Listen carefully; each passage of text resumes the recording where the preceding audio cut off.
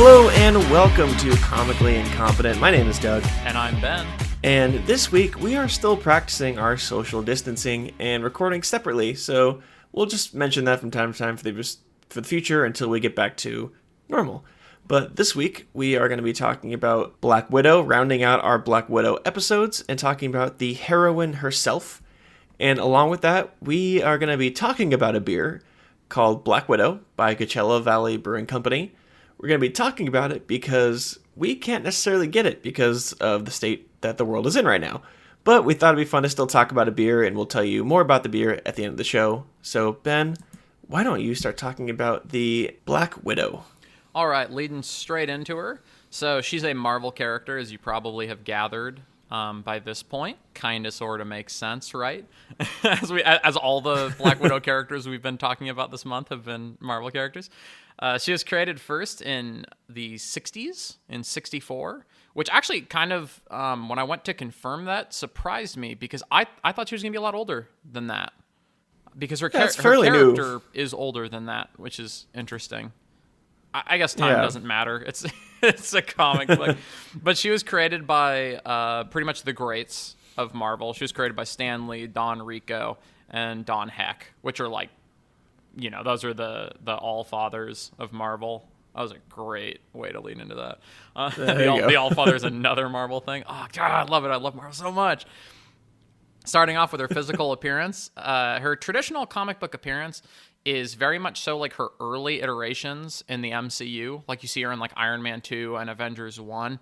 It's a skin-tight black suit with a utility belt that has her emblem on it. Her emblem, for people that are unaware, Black Widow, as you might imagine, it's the symbol on a Black Widow's back. It's like two red triangles that are pointing to each other, and that's the Black Widow symbol, which I believe even the beer might have that symbol, which would be really cool. That is the beer. Yeah, that is the logo on the beer. Oh, that's so cool. Yeah, she's a pretty old school one, not old school like the 40s, but she's been around since the 60s, and she was created by the greats of Marvel.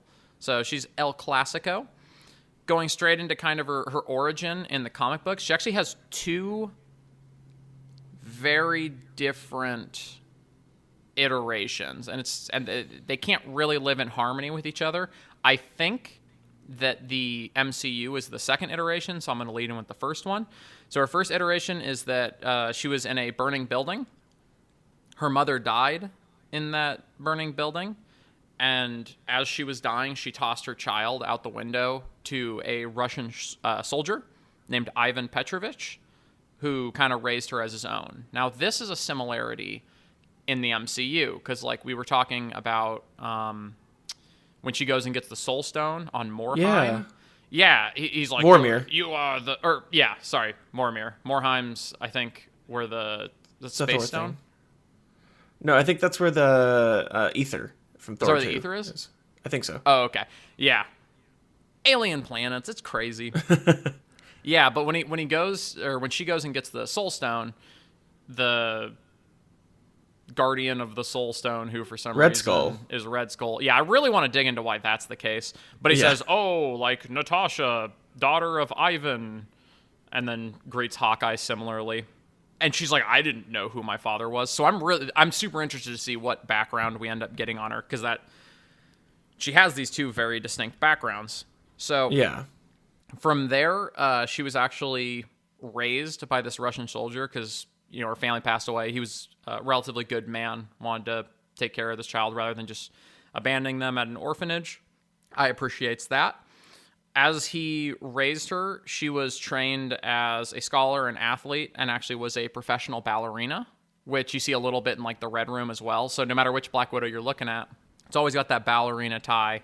Going back to our previous episode as well, that was one of the things that actually attracted Alexei, the Red Guardian, to her, is he thought it was like the coolest thing in the world that she was a ballerina. And, you know, it's pretty cool. I mean, I think it's a nice expression of art.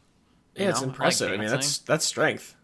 Oh, yeah, and like the flexibility and the just everything they're able to do is incredible. Now, at this point, so she's an athletic person. She gets athletic skilled. She gets kidnapped, actually, by Baron von Strucker, who is another, like, every now and again in Marvel stuff. You always got to he's in Ultron. He's the guy who created Quicksilver and Scarlet Witch. Scarlet Witch. Yep. Yeah. So he kidnapped her and actually gave her to the Hand, which, for people that are unfamiliar, the Hand is a reoccurring force in the Marvel cinematic, or not necessarily the Marvel Cinematic Universe. I don't think they've actually been in there yet. But like, if you look at like the Defenders television show, and in a lot of comic books, they're the ninjas. If you ever see red-clad ninjas, that's the Hand. So they gave her he gave her to the Hand. Wow, that was a really hard one for me to say. And the Hand actually trained her as an assassin in this first iteration. So that's where she got her assassin skills. And same thing in this first one. She got saved from the Hand eventually. So she was trained as an assassin, but she didn't drink the punch. She wasn't like fully absorbed into him. She was saved by Captain America, Wolverine, and Ivan.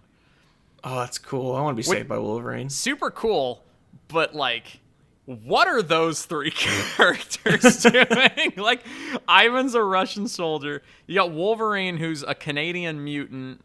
And then you've got Captain America, who obviously is Captain America from New York. So it's like, what an interesting group. She gets saved by them. She goes back to becoming, she pursues her ballerina ship at that point, and then later on becomes the Black Widow because she's now amassed these skills. So that's Did you call it ballerina ship?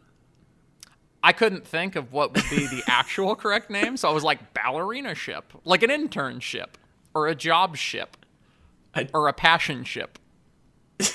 All right, let's move on. all those things that are accurate terms and we all utilize. So that's the first iteration of her. This was back in the 60s when they first introduced the character. This is what she was. I always like to give kind of early backgrounds. As far as her second origin story, which is more the MCU story, that's the Red Room story, which we've seen and heard throughout several movies. She's raised in the USSR Black Widow program.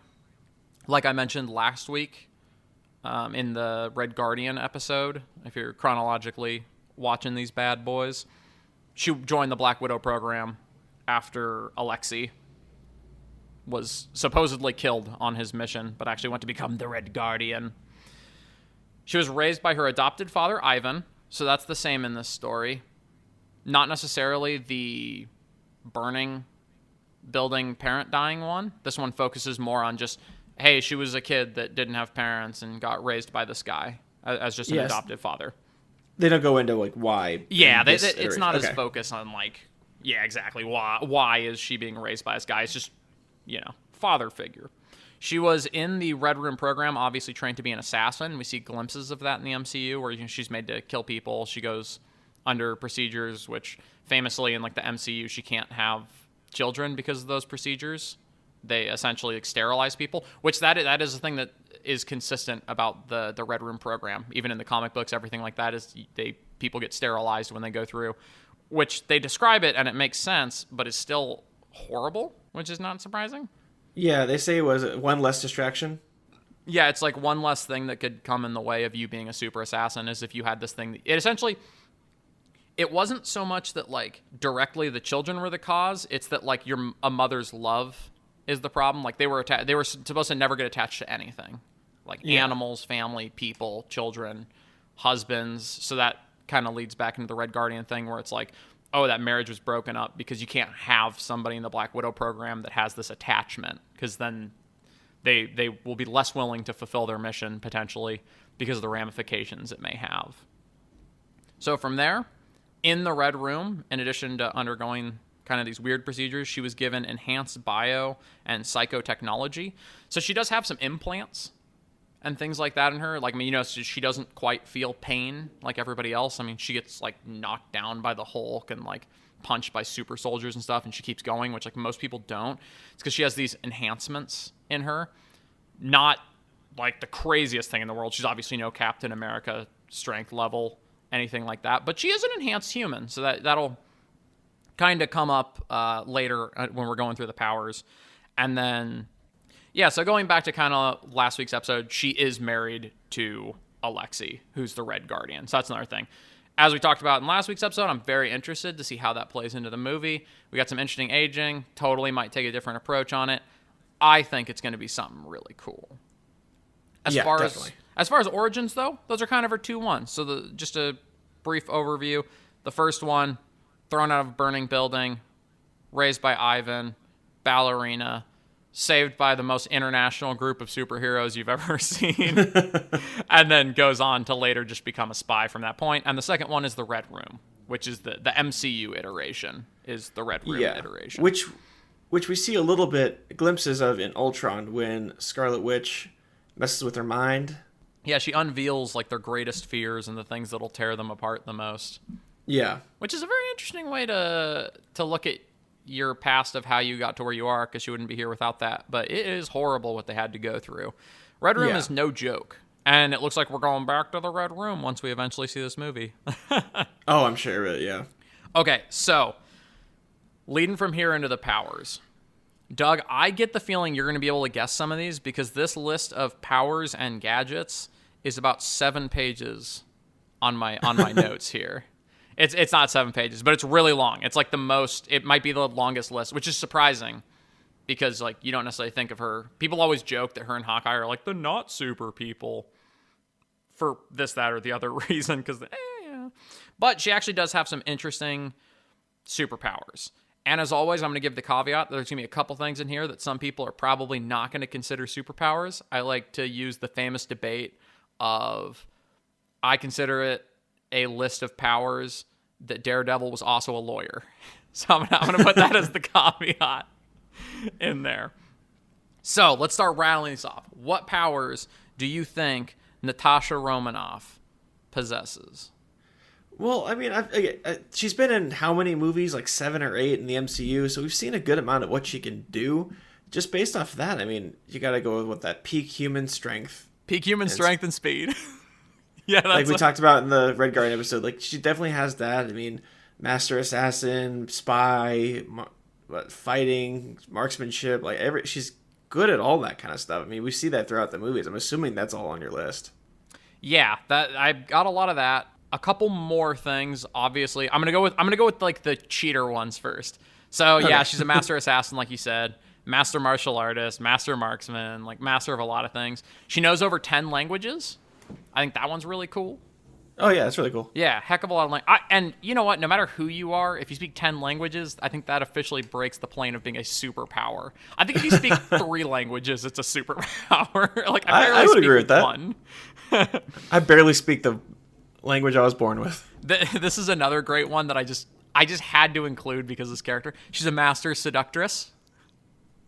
That's the last master thing. But I mean, legitimately, that comes up a lot on her character. Yeah, I mean like that actually is a very important part of her character, even in the MCU, for being like fairly PG-13. She's still a master seductress in that. Yeah, definitely. Next, she has utility bands. You've seen, she obviously, like, she has her belt, and then in a lot of iterations, she has her gauntlet things, wrist bracers, whatever you want to call them. Yeah. So that's called the Spider's Bite, and it's actually that's a cool name. It's like a taser, and it shoots out little taser darts, which is super cool. But she also has tear gas. She has a rappelling rope and grappling hook, which you see in Endgame. Or wait, yeah, Endgame, when she jumps off the pillar thing. She's... Yeah. And then she carries plastic explosives, because what good spy doesn't walk around without plastic explosives? I'm assuming that's like get through metal detectors and stuff. Yes, but also, I mean, obviously, for blowing things apart. But yeah. Like the plastic. Oh, yeah. As opposed to, like, she doesn't carry, like, frag grenades or flashbangs or anything like that. I wonder how her taser darts go through metal detectors. Who knows, right? And then maybe the movie will go into that. Here's where it gets a little weird about her power. Like I mentioned earlier, talking about the Red Room, she received certain, like, biological enhancements. So the first thing is she received... The Red Room actually has their own version of super soldier serum. You know, like the Nazis had it, Captain America has it, Russians had it. The Red Room had their own version, and it didn't quite give you, like, superhuman strength, but it gives her a very weird ability of not aging. Really? Yeah, so to put this in perspective, I'm sure it's different in the MCU. But in the comic books, Black Widow was born in the 20s. And accurately, by the 2000s, still looks like she's in her 30s. So she only aged like 10, 15 years in 80 years in the comic books. And it's not like that's because comic books don't care about time and they don't care about aging and stuff. No, literally the descriptor of it is that 80 years have passed. She has been the same character throughout those 80 years, and she has only aged about 10, 15 years. Interesting. I'm guessing that's probably the bulk of the Red Room super soldier serum, because they train assassins and seductress, and they train people like Natasha Romanoff to be like the Black Widow. Yeah.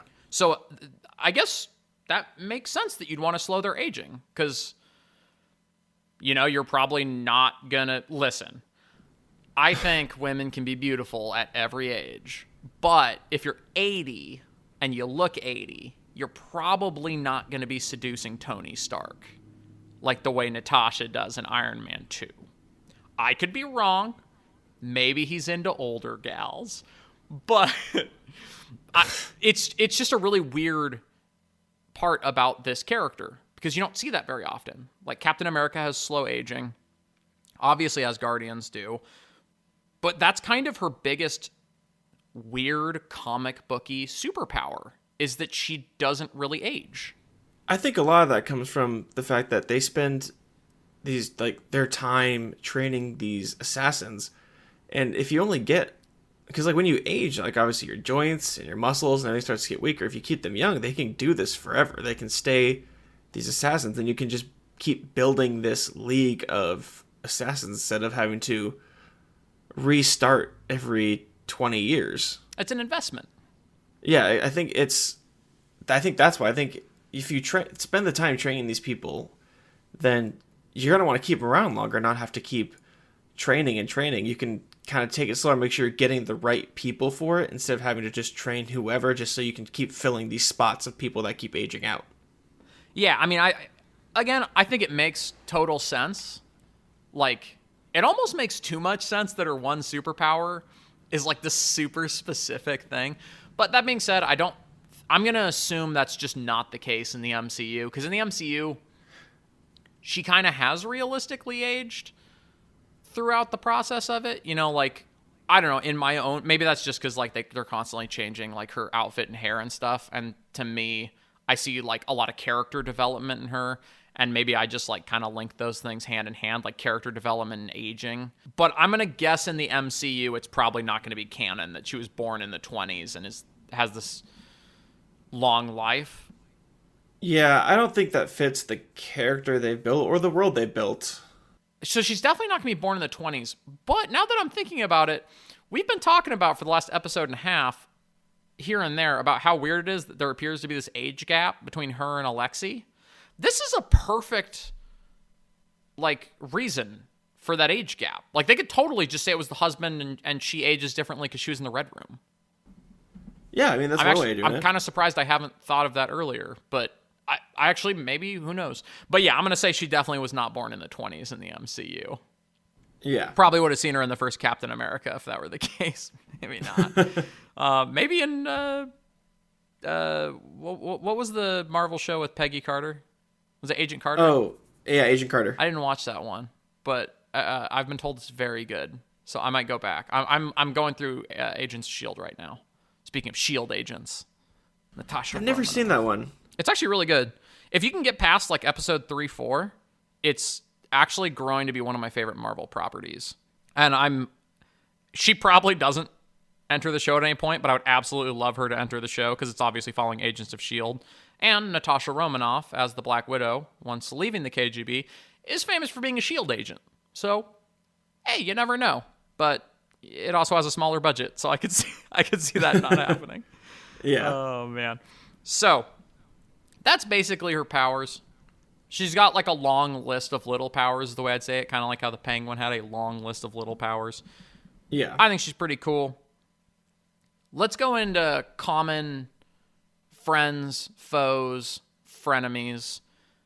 Who do you think Natasha Romanoff, the Black Widow, is bumping into? Who's kind of her consistent people? Based off what I've seen, I'm assuming Captain America. she does bump into Captain America quite a bit. She's very often a SHIELD agent or an Avenger or both at the same time. So she kind of bumps into a lot of the Avengers a fair bit. Captain America a lot because they have the most military background of all the Avengers. You know, they're spies and soldiers. They're much more SHIELD than the other Avengers. So she also, not surprisingly being a SHIELD personnel, works with Hawkeye a lot. That makes sense. As you might guess. You see it in the movies. This is what I found to be very interesting, is her first interaction with Hawkeye. Did you know that Hawkeye, when he first got introduced, was a villain? I did not know that. Yeah, so in her first partnership, she partnered up with Hawkeye, who, as we were talking about with like Taskmaster, Hawkeye was just like a mercenary. He was kind of like Bullseye when Bullseye first got introduced. He was kind of a mercenary. The horse from Toy Story? Is that the horse's name? No, Really? Is that yeah. Really? I didn't know that. Run like the wind, Bullseye. Oh, yeah, I remember that now. Yeah, so Bullseye's like a mercenary character, though. If you watched Daredevil, the Defenders series, Bullseye is in that. He's I can't remember his name, but he's like a bodyguard to Wilson Fisk in that, and he's always like throwing stuff, and he's really good with his gun. That's Bullseye. Okay. Yeah, that was another series that didn't always give people their superhero names. But yeah, so wow, that was a side tangent. But Hawkeye was originally like a mercenary in the Marvel Universe, and it was the two of them were villains, and they were going out to fight Iron Man. Now that is a classic. Interesting. Yeah, that is a classic Marvel situation right there. Is the two of those going after Iron Man. Did not succeed. Iron Man has a suit of armor and lasers. Yeah, I'm assuming he's definitely going to win that. Yeah, but then this was when she was working for the KGB, which was her original group. The KGB, like we were talking about, is like a Russian intelligence agency. Kind of makes sense. Good place for him. Hawkeye was hired as a mercenary from there, and they got sent out, as you might expect, after American super soldiers like Captain America and Iron Man. But she leaves the KGB after she realizes they do kind of some pretty messed up stuff and don't really care about her, kind of throw her to the side. They just kind of discard assets. Not that S.H.I.E.L.D. doesn't do that, but yeah, that she went and joined S.H.I.E.L.D. So that's how she ended up being a good guy. Because you're like, how's this character end up being a good guy after all she's done? Boom, right there. And, they kept that little nod to Hawkeye, that her and Hawkeye are consistently friends. Yeah. So I thought that was kind of cute. Isn't that lovely? Whereas in the movies, her and Hawkeye had Budapest. Yeah. They kept talking about Budapest. We don't know what happened in Budapest, but they talk about it. I was really hoping the Black Widow movie, when it first came out, was going to be Black Widow and Hawkeye in Budapest, and that was going to be the movie. I like what it is now. I'm excited for it. I'm hyped. I'm super hyped. But I would have sworn, I would have been like, oh, we're finally going to see Budapest. I mean, maybe we will. Maybe that's some crazy thing they've kept under the wraps somehow, is that Hawkeye's going to be there and there's going to be something about Budapest. Or maybe it might be like a wink at the end of the movie or at the beginning of the movie. Like, oh, we got this mission taking us to Budapest. Like, I could see a whole bunch of possibilities. Possibly. I mean, to get into the actor situation, again, we're a comic book podcast. We're not going to talk about it too much, but apparently there's some drama going on. Some issues, problems with Jeremy Renner right now. So I don't know if they're going to use him again necessarily. Oh, that sucks. That surprises me. He seems like he's chill, but I guess I don't know. Yeah, there's Google it if you want to know more. Apparently, I'm not sure what they're going to do because before that came out, or maybe a little bit after it came out, I'm not sure. They announced a Hawkeye movie down the line for Phase 4 of Marvel. They haven't talked about it since, but they talked about the other movies. I don't know what they're going to do with it. I think they're kind of in a between ground. So I don't know what they're going to do with him. I don't know if he'll show up, but they might reference Budapest in some way in the movie. That could be very interesting. Man, there's so much drama in Hollywood. I mean, and none of it means anything these days due to every movie on the planet being delayed. Yeah, exactly. Dear Lord. I think that's going to change up movies for a long time, too. Well, I was listening to a podcast by Funhouse, and James made a good point that with these movies being pushed back, Like, yeah, it's a bummer, but there's also going to be a point. We also can't make movies right now, so there's going to be a lull in movies down the line too. Once this, I was actually just 'cause talking nothing to new could somebody come out. the other day about that because I was thinking about your situation, which not to like give too much away, but you work in editing and you do editing. It's like, Yeah. okay, so you're still able to do your job because you can do it from home, everything like that. But I mean, 6 months from now, the people that can't film today, like, they're not going to have like infinite film to send you guys to edit in like 6 months because they weren't. I mean, I guess they could do like double time to try and get caught up on things, but it's like it kind of delays the pipeline for a while. Yeah, so like it's like you said, I work in the film industry. I'm an editor. I've worked now. Down the line, you don't know because you can't make anything. People aren't recording or filming anything. So it'll be interesting to see what they do with future Marvel movies. Because I mean, the interesting thing about the Marvel movies is that they have set dates now. But do they think they're going to be able to shoot these movies? I doubt they've shot Black Panther 2. Yeah, I have no idea. How do they about know Black what's going to come out? Panther 2. Yeah, how do they know it's going to come out in 2022, or even the Doctor Strange? Maybe they're halfway through shooting. I don't know what they're doing, but they're confirming 2021. So it's interesting, and even Black Widow getting pushed back. I feel like if it's coming out in May, they should have finished it. They might be in finishing right now. Yeah, they're probably in that like post-production, figuring everything out kind of situation for that. Yeah, so to see just they get pushed back is definitely going to be interesting to see what they do for the future of these movies. But as far as as Hawkeye being in the Black Widow movie, I don't know what they're going to do with that considering the situation, but I think I hope they go into Budapest in some way. I hope we learn what that was about, or they could just keep it like a fun inside joke for the characters that we don't really know, but it's kind of a funny thing that gets brought up. Oh, where they keep just doing little links and like, who knows? Yeah, exactly. Huh. Yeah, I could see that. Okay, so that's honestly kind of the character in the comic books. She's constantly reoccurring, as you might guess, because that's kind of how she is in the MCU as well. It's not usually her own storyline, but she's constantly around. Yeah, I mean, she's been in, I think, 7 movies. Iron Man 2, Age of Ultron, Winter Soldier, Civil War, Infinity War, Endgame, Avengers. Like, she's been there pretty much from the beginning. Iron Man 2 was the second Marvel film to come out in this MCU world, or third.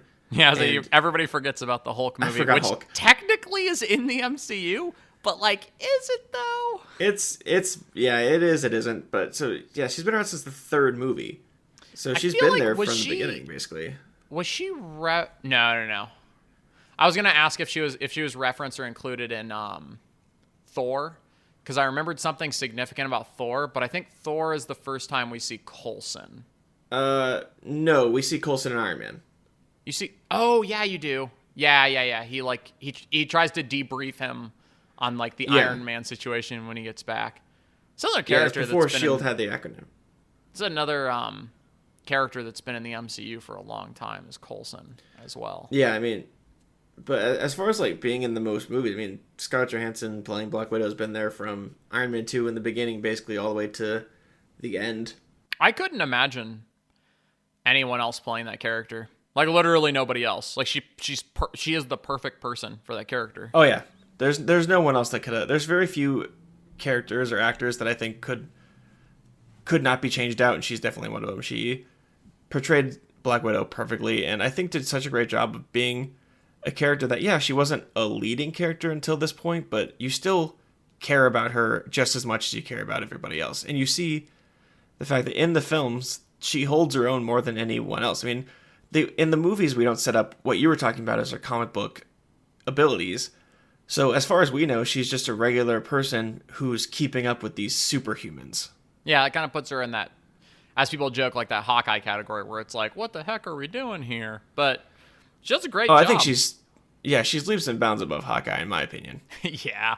Well, because she's so skilled and like just as a spy and as an assassin, and she's got like, she has such a rich background that they keep just like drip feeding people. Like every time in the MCU I get even a tiny little inkling of her backstory, I'm just like, I want more.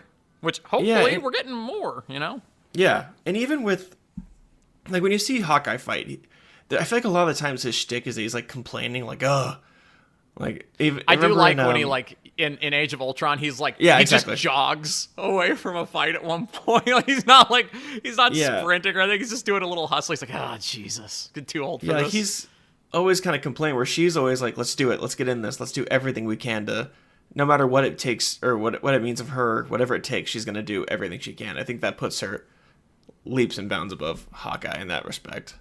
I also think she's very underrated in the MCU, just in regards to like the emotion that she conveys. Yeah. And this is a scene that is like such a weird little tidbit, but I don't think I've ever seen an actor or actress portray better emotion.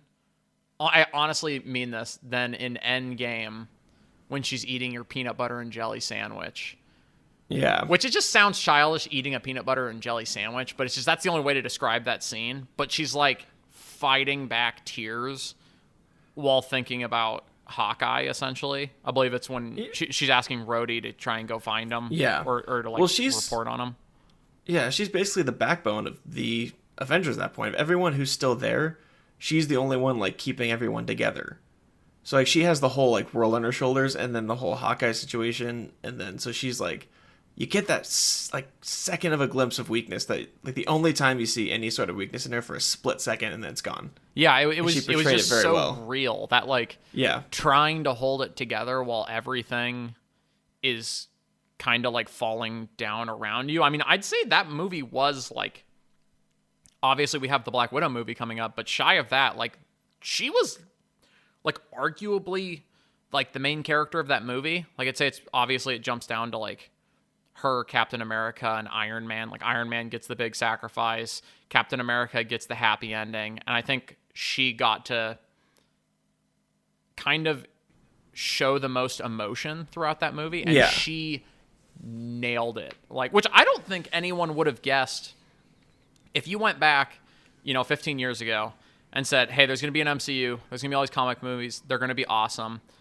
One of the most blown away emotional situations you're going to have is like one, Scarlett Johansson jumping to her death, and two, like her expertly portraying this, trying to hold it together. I would have been shocked. I'm like, I don't know if that's going to be like what hits me hardest in all these comic book movies, but I was like, no, that hit me harder than like anything else. Yeah, I think it's a lot of Scarlett Johansson's ability as an actor. I mean, she's amazing. Even just conveying emotion in her voice. In the movie Her, with Joaquin Phoenix, she plays like the AI that he falls in love with. There's a scene at the end where you never see her, but she conveys so much emotion in her voice when she's talking to him. Because, spoiler if you haven't seen Her, at the end of the movie, she's like, I can't be here anymore. And she has this big like monologue about it, and she portrays so much emotion in just her voice that like you want to cry. And it's just her voice. Like you don't even see anything. But she did so well. And, I mean, I love her work. I mean, she was amazing. Great. And Jojo Rabbit, she's phenomenal. Lost in Translation, she was very young at the time. Lost in Translation, I think, was one of her first big films, and she was absolutely outstanding in that. And recently, Marriage Story, everyone loved Marriage Story. She did a great job in that. I think she's been around for a long time. I think she's now cemented herself. Not that she hasn't been cemented for quite some time, but I feel like early on in her career, she was like, some people just viewed her as like eye candy. Like she was still a good actress, but it was like, she was one of those big names that you'd put onto a movie and people were like, oh my God, I gotta see it. Like it'd be like when Jessica Alba would be in something, you'd be like, oh my God, I love Jessica Alba. And I feel like she's now so thoroughly cemented herself as just like one of the best actors and actresses around. Like it's not just like tacking something on, like, I think Chris Evans as Captain America was like a similar casting where it was like you kind of casted Chris Evans because like he's handsome, everyone loves him, it'll just fill the seats regardless of like, I'm not knocking his acting ability or anything like that, but like it's because everybody likes the appearance of him and his charisma, and I think both those actors have now cemented themselves as just like they can take your breath away. Yeah, I mean, I've been I think the first time I saw Scarlett Johansson do a movie was The Prestige. Oh my God, that was her in The Prestige. I haven't seen The Prestige since it came out, but it was really good. Yeah, she's amazing in that. That was 2006. And then I did see Lost in Translation, which came before that, but later. I saw that movie later on. So the Prestige is in one life. of your earlier Yeah, experiences. that was 2006, so I was like 12 at the time. So I was like 9 when Lost in Translation came out, so I definitely wasn't allowed to see that movie. Yeah, probably not appropriate for a 9-year-old. No, but then her, like I said, her voice amazing. She was amazing in Chef. Any Marvel movie, she's fantastic. I mean, she's an outstanding actress. I think Jojo Rabbit was the most recent thing I've seen her in. She was amazing in Jojo Rabbit as well. She conveyed a lot of emotion. She played the character beautifully. If you guys haven't seen Jojo Rabbit, it's a Taika Waititi film, which we've talked about him a lot. Like Hitler Youth or something? Yeah, it's about a little boy who is a part of the Hitler Youth, and he finds out that his mom, played by Scarlett Johansson, is hiding a Jewish girl in the house. And now he's torn between his mother, who he loves, and his subconscious, who his imaginary friend is Hitler, played by Taika Waititi. And he's kind of torn between his mother and his imaginary friend of Hitler, pulling him to like what is right about it, what is wrong about it, and it's very interesting. I think you could have told me the description of this movie, and I think I could have told you Taika Waititi was the director without having any idea. That is such a Taika Waititi movie. Yeah. Like, that's such a weird plot. Yeah, he's fantastic in it, and everyone is fantastic in it, but she was amazing, and I think that it's a bummer that this is probably the last time we're going to see her in the MCU, but I'm excited to see what she does next. Looking at her IMDb, supposedly she's going to be in a Little Shop of Horrors movie. Okay, this is going to be a quick side tangent. I don't know if you knew this about me. So I did technical theater when I was in high school, and I did a little technical theater when I was in college. And Little Shop of Horrors is my favorite play/musical of all time. I have had my breath taken away by the statement you have just said, because that is one of my favorite actresses, possibly or definitely going to be in my favorite play, obviously done on the big screen as opposed to on the stage. I am so hyped right now. Yeah, supposedly it's going to be her, Chris Evans, Taron Egerton, Billy Porter, and she's going to be playing Audrey, supposedly. Yeah, that's like the main female character in... Yeah, so... What was it for Chris Evans? Oren Scrivolo? I've never seen the play or anything, so I think that's like a he's side rumored... character. Yeah, and the Taron Egerton is supposedly going to be Seymour Krelborn. Seymour's the main character. He's the one that owns the Little Shop of Horrors. Yeah, that's going to be Taron Egerton, which I'm surprised we've never seen him in the MCU. I think he'll eventually come to the MCU. Oh my gosh. I'm so ready. But yeah, I think Black Widow has one of the richest just movie histories of the MCU. I mean, like I said earlier, we've seen her so many times in the movies, and you don't know anything about her, but you still care about her. You still love her character. She's outstanding. She's in the fight every single time. I mean, when you watch Endgame, and at that big pinnacle moment where the fight's about to start, everyone's back, and they're all running at each other. It's all these superhumans, and then her and, like, M'Baku right up in the front, like, ready to go, like, with all these superhumans, They're ready down. to fight these aliens. Which I love that shot of, like, it's all these superhumans, and then M'Baku with his stick, just, like, ready to... Yeah, dude, Sorry, he's I'll cut big, that out. though. He's a unit. Oh my god, I wouldn't want to mess with M'Baku. Yeah, and then it's her, too, and she's up there ready to fight, so... I think that it's going to be sad not to see her anymore. She's one of my favorite characters. She has been since Iron Man 2. And I just rewatched all the Marvel movies in order, and she's just outstanding. I mean... In release order or chronological order? We did chronological this time, I think which that's the way I've to never do seen it. him like that. I actually prefer the other way, release order, personally. My girlfriend preferred the chronological order, but either way, I mean, she's fantastic. I think... Seeing her go in Endgame was sad, and one of the sadder moments of the MCU for me. But I think it was also a great moment for her, because I think her whole thing was that she never felt fully redeemed for her past. And I think that was finally her moment to do what she felt could redeem her, which is sacrifice herself to save everyone. Yeah, it was like a good completion to her arc. Like, it sucks that characters sometimes get written out, but, like, I think it was the perfect amount of, like, emotional weight that went with it. I think losing her as a character, because her and Iron Man went, and those two, being two of the biggest characters in the MCU, I think that showed the gravity of the situation, that we had to lose these characters to even have a chance against Thanos. Yeah, like, that's the only way. It's like Doctor Strange said, there's one way. 1 out of, 14 million? Yeah, that's pretty crazy.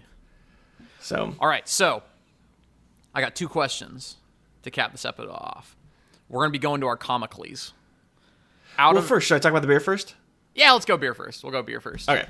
So, real quick, we're talking about the Black Widow, which is a beer from Coachella Valley Brewing Company. Funny enough, it is a Russian Imperial Stout.